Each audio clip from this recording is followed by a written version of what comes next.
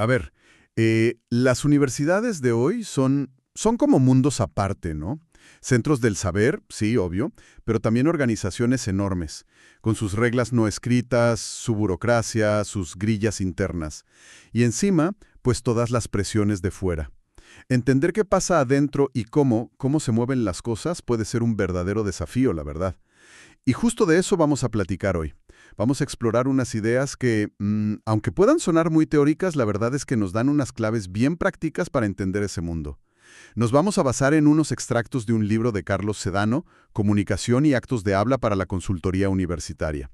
Y lo interesante es que mezcla dos formas de ver las cosas muy, muy potentes. La de Nix Luhmann, que ve a las organizaciones como sistemas, Ajá, como sistemas. y la de Jürgen Habermas, que está más enfocado en cómo nos comunicamos para entendernos. Y todo esto aplicado directo a las universidades. Ojo, la idea no es dar aquí una clase teórica, sino pues sacarle el jugo, ¿no? Las ideas más útiles y los ejemplos más claros para entender cómo se comunican, cómo toman decisiones y por qué a veces cambiarles cuesta tanto trabajo. Y veremos cómo estas ideas, que bueno, vienen de Europa, se aplican y se piensan, pues distinto, ¿no? En contextos como México y América Latina. Exacto. Luhmann y Habermas son como dos lentes distintos, pero fíjate que para ver la misma universidad, y se complementan súper bien. Luhmann nos ayuda a verla como un sistema que, de alguna manera, se hace a sí mismo, ¿sabes? Que se mantiene vivo a través de su comunicación interna y, sobre todo, de las decisiones que toma. Es una mirada más, pues, descriptiva, sí, como si le hiciéramos una radiografía para entender cómo funciona por dentro, cuál es su lógica interna.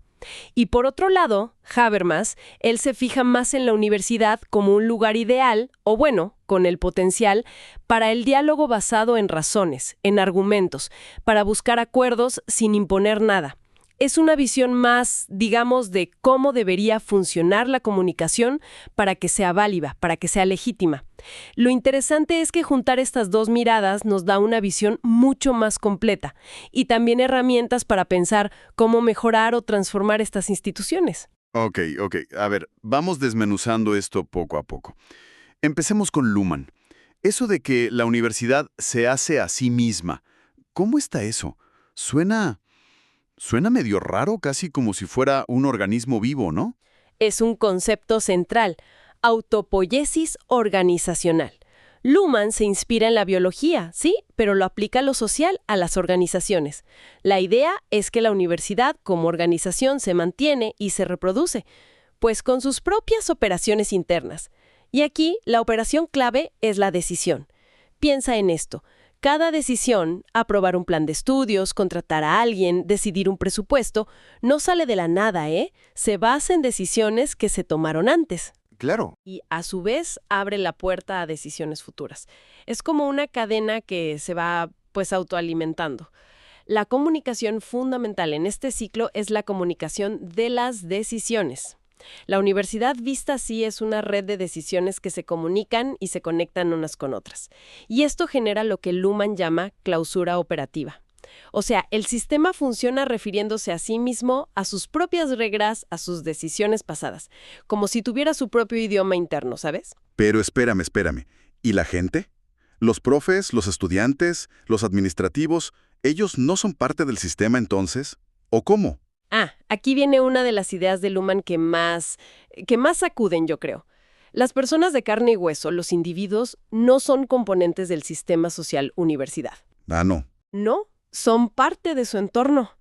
Lo que sí forma parte del sistema son las comunicaciones que esas personas generan dentro de los roles que el propio sistema define. Dar una clase, votar en un consejo, llenar un formato, ¿ves? La universidad en cierto modo produce a sus miembros al comunicar quién puede ser estudiante, bajo qué reglas, quién profesor, con qué requisitos. Define esos roles. El libro de Sedano pone un ejemplo muy claro de México. Habla de departamentos académicos donde es súper común contratar a exalumnos como profesores. Ah, sí, eso pasa mucho. Exacto. Cita esa frase de aquí todos fueron alumnos o maestros de alguien. Eso te muestra un sistema muy enfocado en sí mismo, muy autorreferente en sus decisiones sobre quién entra y quién no, y explica un poco por qué a veces las cosas parecen no cambiar, aunque la gente quiera, ¿no? Hay una lógica interna muy fuerte. Entiendo. Como que el sistema tiene su propia inercia basada en decisiones pasadas, en esa historia. Pero si funciona con esa clausura operativa, ¿quiere decir que está totalmente cerrada al exterior? ¿A lo que pasa en la sociedad o lo que pide, no sé, el gobierno? No exactamente. Ahí entra otro concepto clave de Luhmann, acoplamiento estructural. A ver. El sistema no vive en una burbuja, claro que no. El entorno, la sociedad, el gobierno, otras universidades, el mercado laboral, lo está irritando constantemente. Lo está picando, digamos. Imagina una nueva ley educativa, una demanda social por ciertos profesionales, un descubrimiento científico importante. Todo eso pica al sistema universitario. Ok, lo irrita. ¿Y? Pero, y aquí está el truco de la teoría, estas influencias de fuera solo afectan al sistema si éste las traduce internamente a su propio lenguaje. A su lenguaje de decisiones. Exacto, al lenguaje de las decisiones. Por ejemplo, una nueva ley no cambia la universidad por arte de magia. La universidad tiene que decidir internamente qué hacer. Reformar un reglamento, crear una carrera nueva, ajustar un proceso. Se adapta, sí, pero lo hace desde su propia lógica, traduciendo esa irritación externa a sus propios términos operativos. Es como tu celular cuando está en silencio.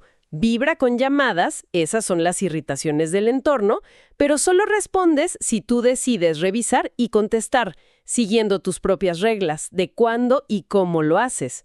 Qué interesante esa visión. La universidad como una máquina de tomar decisiones que se autoalimenta y traduce lo de afuera. Pero justo, frente a eso, Habermas ve las cosas muy diferente, ¿verdad? Pone el acento en las personas y en cómo hablamos. Justo, Habermas se enfoca en lo que llama la acción comunicativa. Acción comunicativa. Sí, es decir, en nuestra capacidad como humanos para ponernos de acuerdo, para coordinarnos, pero sin usar la fuerza ni la manipulación, sino basándonos en la fuerza de las razones, de los argumentos que damos y escuchamos. Para él, la clave está en usar el lenguaje para buscar entendernos, de verdad, genuinamente. Y ve la universidad como un lugar privilegiado o al menos con un potencial enorme para este tipo de comunicación. ¿Por qué privilegiado? Pues porque se supone que su razón de ser es buscar la verdad, debatir ideas críticamente, argumentar, ¿no? Piensa en un seminario, una defensa de tesis, un artículo científico que se somete a revisión por pares. Idealmente, son espacios donde las ideas se exponen, se critican con razones y se busca llegar a conclusiones basadas en la evidencia, en el mejor argumento, no en quién tiene más poder o quién grita más fuerte. Suena muy bien, en teoría sí. Pero en la práctica universitaria, con sus políticas, sus jerarquías, ¿cómo aterriza esto? ¿Funciona realmente así o es más bien un ideal? Bueno, Habermas diría que cuando hablamos en serio, buscando entendernos, todos hacemos implícitamente ciertas promesas. Él las llama pretensiones de validez. Pretensiones de validez. ¿Sí? Pretendemos que lo que decimos sobre cómo son las cosas es verdad, cuando afirmamos un hecho. Pretendemos que lo que pedimos o prometemos es correcto según las normas que compartimos. Eso es la rectitud normativa. Y pretendemos que lo que expresamos sobre lo que sentimos o pensamos es sincero. Eso es la veracidad.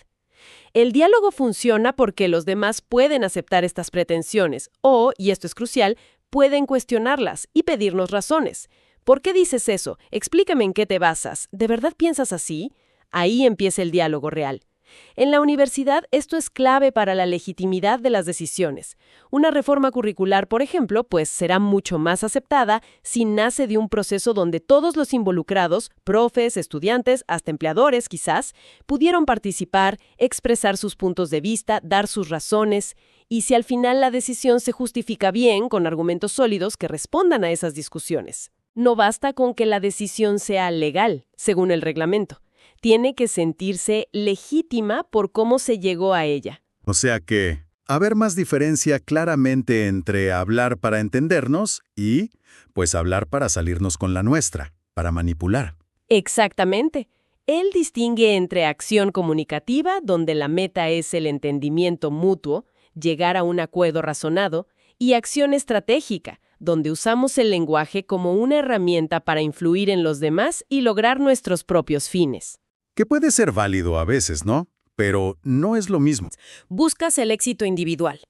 Las universidades, en la vida real, pues se mueven entre estas dos aguas, ¿no?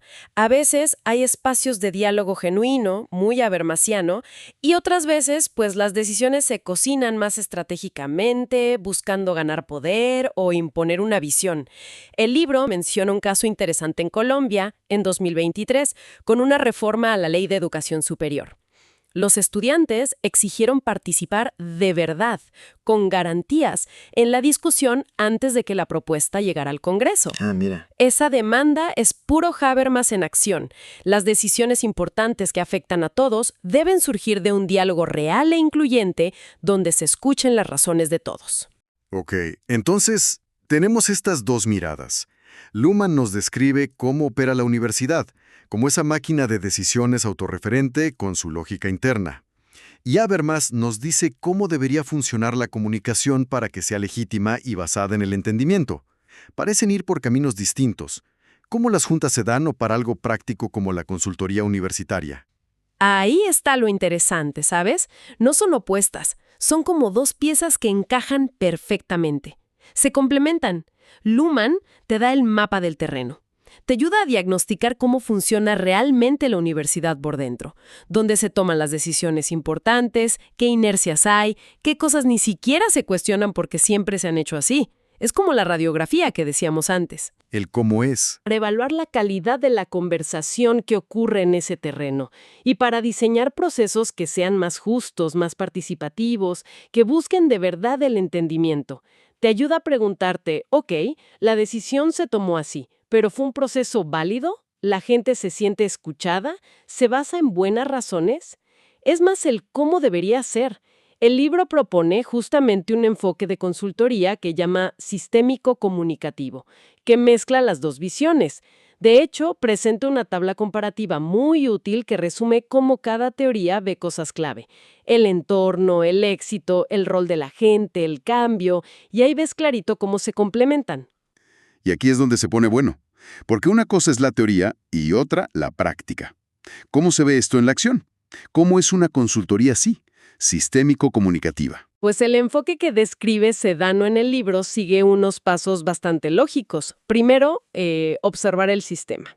O sea, entender cómo se toman las decisiones clave en esa universidad en particular, cuáles son las reglas no escritas, las premisas ocultas que guían esas decisiones. Es captar la lógica interna, la autopoiesis específica de ese lugar. Entender la máquina local. Justo. Luego, facilitar la comunicación reflexiva.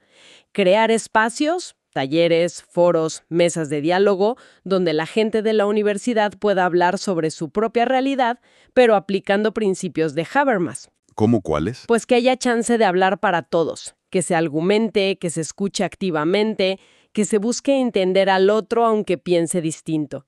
Aquí mencioné el uso de tecnologías como Group Systems o Storms, que ayudan mucho. Tecnología para dialogar. Sí, porque permiten que participe mucha gente al mismo tiempo, incluso anónimamente si hace falta para que digan lo que realmente piensan sin miedo a represalias, y ayudan a ordenar la discusión, a identificar patrones, consensos, disensos. Después, el tercer paso es devolver un diagnóstico integrado, presentarle a la comunidad universitaria un análisis que junte la visión de la estructura, de cómo opera el sistema Luhmann, con la visión de la comunicación, de lo que la gente piensa y siente, Habermas. Es decir, miren, así opera la máquina y esto es lo que ustedes mismos están diciendo sobre cómo opera y cómo se sienten con ello. Ok, diagnóstico en mano, ¿qué sigue? Cuarto, co-crear soluciones. Facilitar que los mismos actores, con base en ese diagnóstico compartido, propongan cambios, ideas, caminos a seguir. Que las soluciones vengan de adentro, aunque se puedan nutrir de ideas externas. Y quinto, acompañar la decisión formal y su legitimación. Ayudar a que esas propuestas lleguen a donde se tienen que decidir formalmente, ahí respetando la estructura que describió Luhmann, los consejos, etc. Pero también asegurarse de que esas decisiones se comuniquen bien, se expliquen, se justifiquen, para que la gente las entienda, las apoye y se apropie de ellas. Eso es pura lógica de Habermas. Suena coherente el proceso. Y el ejemplo clave que da el libro son unos talleres de prospectiva que se hicieron en 2023 en una universidad pública mexicana. Fueron un ejercicio bien interesante de autodescripción. Autodescripción. O sea, verse a sí mismos. Exacto. En términos de Luhmann, fue el sistema observándose a sí mismo, identificando sus propios problemas, reconociendo qué cosas ya no funcionaban, qué premisas estaban obsoletas. Imagínate, identificaron 78 problemas importantes. 78. Vaya. Sí, pero al mismo tiempo se aplicaron principios de Habermas. Invitaron a gente súper diversa, directivos, profes de distintas áreas, estudiantes, personal administrativo, hasta empleadores de fuera. Usaron el anonimato en algunas partes para que la gente hablara con más confianza, sin el peso de la jerarquía. Y buscaron construir acuerdos razonados, basados en la información que se generó y en el diálogo. El resultado fue doble. Y eso es lo interesante. Por un lado, obtuvieron información concreta, esos 78 problemas priorizados, para tomar decisiones futuras sobre planeación. Por otro lado, la gente sintió que el diagnóstico era suyo, porque lo construyeron juntos. Hubo apropiación. Claro, no fue algo impuesto desde arriba. Exacto. La comunicación sirvió para informar la decisión, pero también para legitimar todo el proceso y generar compromiso. Muy bien. Oye, y profundicemos un poquito más en la comunicación misma. El libro habla de actos de habla y también de algo que suena intrigante, choque de códigos. ¿Qué es eso y para qué sirve identificarlo en la práctica? Claro, los actos de habla. Esa es una idea que viene de Habermas y antes de él, de un filósofo llamado John Searle. La idea básica es reconocer que cuando hablamos, no solo decimos palabras, sino que hacemos cosas con esas palabras. ¿Hacemos cosas? ¿Cómo? Sí, el libro menciona 5 tipos básicos que son útiles para analizar. Constatativos, que es cuando afirmamos que algo es así. El presupuesto es insuficiente. Directivos, cuando pedimos o ordenamos algo. Necesito el informe para mañana. Compromisorios, cuando nos comprometemos a algo. Yo me encargo de redactar el acta. Expresivos, cuando expresamos cómo nos sentimos. Me preocupa esta situación. Y los declarativos, que son especiales porque cambian la realidad institucional con solo decirlos, si tienes la autoridad para hacerlo. Como cuando un rector dice, queda aprobada la nueva política, o un juez dice, culpable. Entiendo. Entonces, darte cuenta de qué tipo de acto de habla predomina en una reunión, por ejemplo. Se están solo describiendo problemas, constatativos, se están dando muchas órdenes, directivos sin acuerdo, se hacen promesas, compromisorios que luego nadie cumple, se expresa malestar expresivo sin llegar a propuestas. Analizar eso te ayuda a entender qué está pasando realmente bajo la superficie de la conversación. Tiene mucho sentido. Y lo del choque de códigos, eso suena a cuando la gente de distintas áreas, no sé, de finanzas y de humanidades, simplemente no se entiende. Exactamente eso. Viene de la idea de Luhmann, de la diferenciación funcional. Él dice que la sociedad moderna, y la universidad por dentro también, se divide en subsistemas funcionales.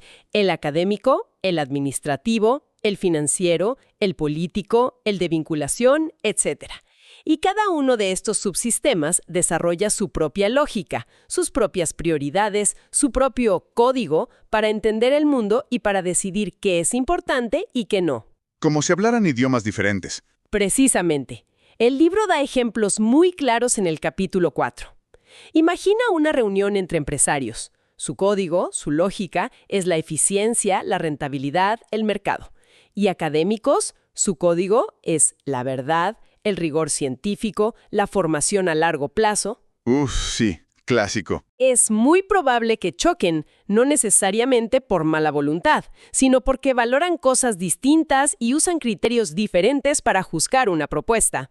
O piensen periodistas, su código es la noticia, lo que es de interés público ahora, el impacto mediático, hablando con la administración universitaria, cuyo código es más político-administrativo, controlar la imagen, seguir procedimientos. Se hablan pero no se escuchan, o no se entienden. Exacto. Muchas veces la bronca no es mala fe, sino que operan con lógicas diferentes, con códigos diferentes y no se entienden. El consultor, dice Sedano, a veces tiene que actuar como un traductor entre estos códigos, ayudar a que se entiendan las diferentes perspectivas. Qué importante labor esa, la de traducir. Y muy relacionado con esto de las lógicas internas y los códigos, el libro insiste mucho en la autodescripción. Ya lo mencionaste como la forma en que la universidad se ve a sí misma. Es como la misión o la visión que cuelgan en la pared de la rectoría. Es más que eso. Es algo más vivo, más dinámico. La autodescripción, como la ve Luhmann, y se explora en el capítulo 5 del libro, es la narrativa que la universidad construye y, sobre todo, se cuenta a sí misma de manera continua. Es la historia que se repite internamente sobre quiénes son, qué valoran, para qué existen, cuáles son sus éxitos y fracasos significativos. La historia que se cuentan. Sí, y esta historia es súper importante. Primero, define la identidad colectiva. Segundo, crea una memoria compartida. Selecciona qué recordar y qué olvidar. Y tercero, ojo, orienta las decisiones futuras. Las decisiones tienden a ser coherentes con esa historia que se cuentan, con esa autodescripción. Claro, si te ves de cierta manera, actúas de esa manera. Exacto, pero claro, también tiene sus riesgos. Toda historia, toda narrativa, simplifica la realidad. Deja cosas fuera, crea puntos ciegos, y a veces, pues hay una distancia enorme entre la historia que se cuenta, somos una universidad de excelencia, innovadora y vinculada con la sociedad, y lo que pasa en el día a día, ¿no? El libro da ejemplos muy concretos de cómo esta autodescripción afecta cosas bien prácticas. Por ejemplo, la vinculación con el entorno. Si una universidad se cuenta a sí misma la historia de que es fundamentalmente un centro de saber académico, un poco aislado en su torre de marfil, y no se ve como un actor social importante para su región, pues es difícil que la vinculación con empresas o con la comunidad sea fuerte y estratégica. Se queda en el discurso. Exacto. Para que la vinculación cambie de verdad, a veces primero tiene que cambiar la historia que se cuentan. Empezar a decir y, sobre todo, a creerse que son socios estratégicos del desarrollo regional, por ejemplo. Esa nueva narrativa abre la puerta a tomar decisiones distintas sobre vinculación. ¿Entiendo? ¿Algún otro ejemplo? Sí, otro muy bueno es la actualización de los planes de estudio. Si la historia dominante sobre la excelencia académica se cuenta como mantener la tradición a toda costa, como preservar lo que siempre se ha hecho porque eso es lo bueno, Ajá. entonces cualquier intento de innovar, de adaptar las carreras a nuevas necesidades sociales o del mercado laboral, va a chocar con pared.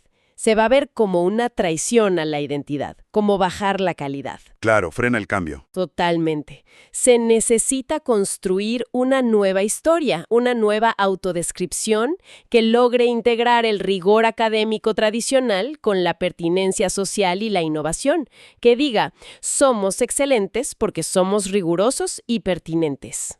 Y mencionabas la eficiencia terminal también. Sí, también. Piensa en la eficiencia terminal, o sea, ¿cuántos estudiantes logran terminar la carrera y titularse? Si la historia que se cuenta la universidad sobre sí misma pone toda la responsabilidad en el estudiante, si no termina, es su problema, y no incluye la responsabilidad institucional de acompañarlo hasta el final. Pues probablemente habrá pocas acciones de tutoría, de apoyo, ¿no? Exacto. Si la narrativa cambia e incluye algo como nuestra misión es asegurar el éxito estudiantil desde que entran hasta que se titulan, eso puede impulsar cambios reales en políticas de apoyo, de seguimiento. La historia que nos contamos importa, y mucho. Clarísimo. Oye, y ya para ir cerrando, hay un concepto que me llamó la atención del libro, que mencionas brevemente. Descentración. ¿Tiene que ver con salirse un poco de la propia perspectiva, de la propia burbuja personal o departamental? Exactamente eso. Ese es un concepto que Habermas retoma de la psicología del desarrollo de Piaget. Es la capacidad de ir más allá de tu propia visión egocéntrica, de tu ombligo o de tu grupo inmediato, para poder entender y reconocer que hay otras perspectivas válidas, otros mundos subjetivos. Salir de uno mismo para ver a los demás. Sí, y a partir de ese reconocimiento, poder construir juntos una visión más completa, más objetiva y compartida de la realidad. Es un paso clave para la madurez individual y también para la comunicación efectiva en grupos complejos. El libro, en el capítulo 3, cuenta una experiencia muy interesante de talleres diseñados justo para facilitar eso en una universidad. Describe como 3 fases. Una primera fase para que cada quien explore su propio mundo subjetivo, sus ideas preconcebidas, sus premisas ocultas. Como un autoanálisis. Algo así. Luego, una segunda fase para mapear el mundo social de la universidad, reconocer las diferentes visiones que existen, los intereses, los conflictos, los mapas de tensión entre grupos. Ver el panorama completo. Exacto. Y una tercera fase para intentar construir juntos un mundo objetivo. Llegar a acuerdos sobre los problemas clave, codiseñar prototipos de solución, construir algo en común a pesar de las diferencias. La idea de fondo es que para una transformación real y profunda en una organización tan compleja como una universidad, se necesita ese movimiento de descentración. Pasar del yo pienso o mi departamento necesitas esto, a un nosotros vemos este problema o nuestra universidad requiere esto otro. Que sea una visión más inclusiva y que reconozca la complejidad desde múltiples ángulos. Recapitulando un poco todo esto, creo que lo más potente que nos deja este material de Sedano es que juntar la mirada de sistemas de Luhmann con la mirada comunicativa de Habermas no es solo un ejercicio intelectual para académicos, ¿sabes? Es de verdad una caja de herramientas práctica y muy poderosa para entender la complejidad real de las universidades. Nos permite ver no solo el organigrama o las reglas escritas. Que a veces dicen poco de cómo funcionan las cosas. Exacto. Nos permite ver cómo fluye de verdad la comunicación o dónde se atasca, qué significados se comparten o, muy importante, qué significados se pelean. Y sobre todo, qué historias, qué narrativas, qué autodescripciones están guiando o a veces frenando a la institución. Y la relevancia de esto hoy, pues es total, ¿no? A las universidades se les pide cada vez más ser más ágiles, responder mejor a la sociedad, estar más conectadas con los problemas reales. Entender cómo se comunican por dentro, cómo deciden y, sobre todo, cómo se cuentan su propia historia, pues es fundamental para cualquier proceso de cambio o de mejora que se quiera emprender. Y las herramientas que vimos, los talleres participativos, usar tecnología para dialogar mejor, analizar las narrativas que circulan, no son solo para consultores externos. Sirvan para cualquiera que esté dentro y quiera entender y quizá mover algo, ¿no? Para directivos, para profesores, para estudiantes organizados. Y bueno, para dejarles una idea picando por ahí. Pensemos en la universidad o en la organización que mejor conocemos cada quien. ¿Cuál es la historia principal que se cuenta a sí misma? Esa narrativa oficial o a veces la no oficial que es más fuerte.